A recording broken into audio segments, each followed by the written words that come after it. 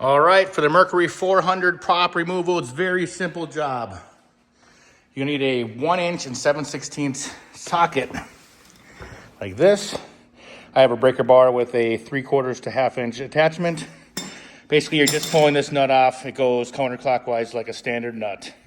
It's got a nylon in there. That's what makes it tight. There's no locking key. This is the inside of the prop. This is rubber. And when you tighten it down, all right, what I got today is a Mercury 400. And I'm going to be taking the prop off because it's got some damage. What I have here is a 1 7/16 socket. It's a 3/4 inch. So I got an attachment that's a 1/2 inch. And I got a breaker bar. And I'm going to take off the 23 prop here, pitch prop.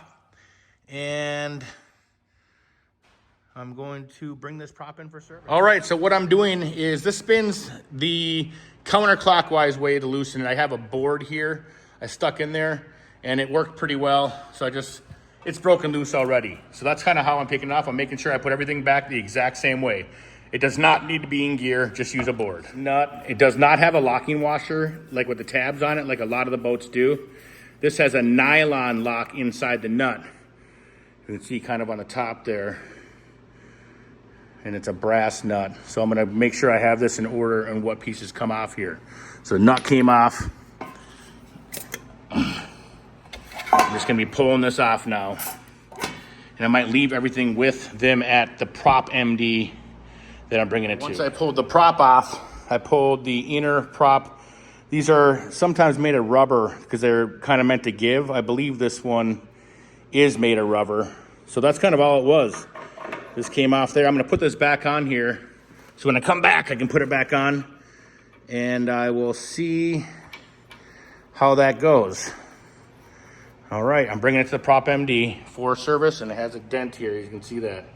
That's how you take off the Mercury 400 V10 prop. 1 7/16 size nut. That's all it took, and a piece of wood to lock it down.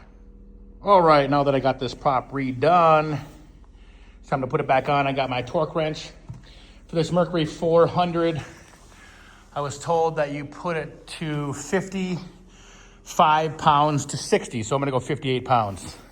I have my, what is this, a 1 7/16. I have my extension so I can get it at a 90-degree angle, and my torque wrench. Let's take this nut off that I hand tighten and put it in the prop. All right, I got that in there. I'm gonna have to set the phone down to get it on the shaft. I'm making sure there's no fishing line on there also. All right, I'm gonna hand tighten this, and I'm gonna get my torque wrench. You might wanna hand tighten it and then use another wrench. This one's gonna get pretty far just hand tightening. There we go. Let's get the torque wrench and set it to 58 pounds. All right, I got my torque wrench set to 58 pounds. I'm gonna use a block of wood and put it in here, a block of wood so it doesn't damage anything.